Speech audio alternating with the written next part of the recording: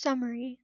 After arriving in the basement after his abstraction, Jax begins to open up about his time in the circus once Ribbit and Kaufmo were gone. Ribbit feels like there's something else he's been keeping from her and Kaufmo, and she's determined to figure it out. Somehow. Chapter 2. A Subtle Gesture. Anger. It's the one singular thing I'm able to feel in this appalling moment. Regret lingering in the back of my mind. God, I wasn't even safe to abstract.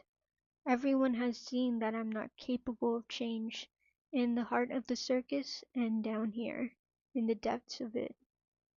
Reluctantly, I sit back lazily on the sofa I had fallen behind minutes prior, chuckling sarcastically. I turn to face Ribbit, and the only emotion visible on her face is terror. She looked over at Kaufmo, who's also clearly alarmed. Excellent. Now run. You're better off to leave now before you get attached again. Ribbit speaks up, her voice laced with unease. Jax, you don't mean that. This is your second chance. You shouldn't waste it just because I know more about you than you do yourself, and you won't admit that. Oh my God, you never give up, do you? Prying into my feelings like I'm your silly little puppet on a string to play and prod with? Well, I'm not. So get your noisy little head out of my life before I drive you away again. I quickly realized my words I let slip out of my mouth as Ribbit gasped and let out a hushed sob into her hand. Kaufmo mutters a few words of reassurance to her ears, if she even has ears, slinging a consoling arm around her shoulder, speaking up with caution. Jax, man, that wasn't cool. You can't shut us out like this.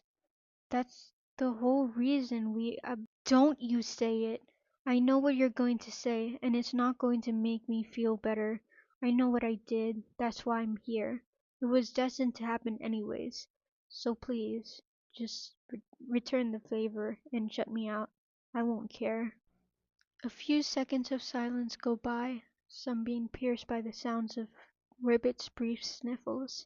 She speaks up, voice weak and tired, but almost sounding like there's one more strand of hope left in her soul, one that's too kind for the world. When you landed down here, seeing you right in front of me again, it did something. It sparked a flame inside of me that's been burnt out for so long.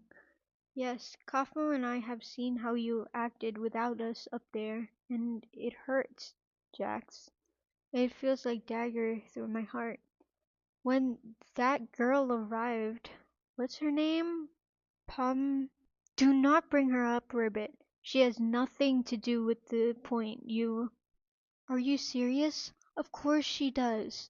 Don't pull this total bullshit on me like you did to Ragatha, making my name seem like a slur to the others, a forbidden word never to be spoken. It's like you wanted me erased. Do you seriously want that with Pomni too? She's the last person you talk to before abstraction, isn't she? I can't help but feel numb inside as Ribbit perfectly pinpoints the cherry on top of all my hurt. Pomni, the girl who actually fought me back, not leaving me to have a useless one-sided argument.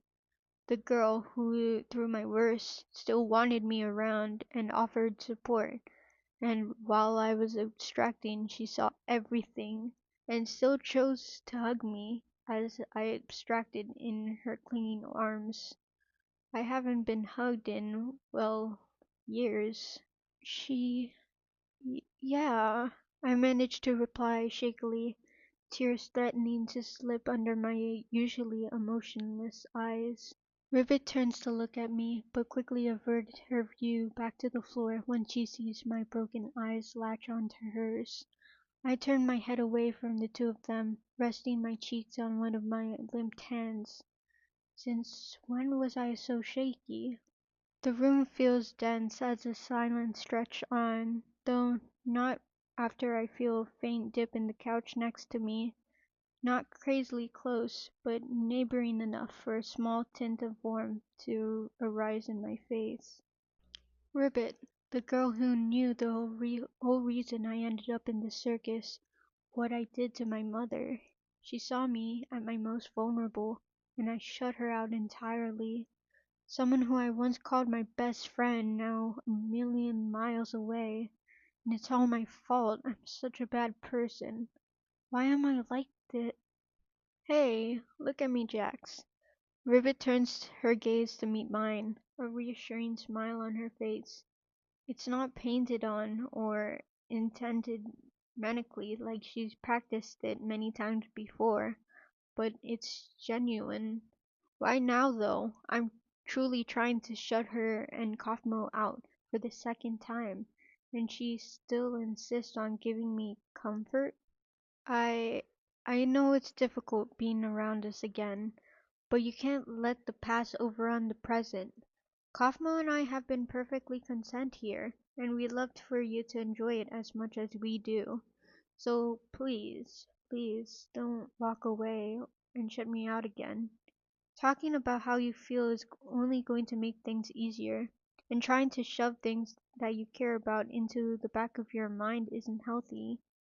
If you're ready now, tell me about Pomni. Hello everyone, this is Caden speaking.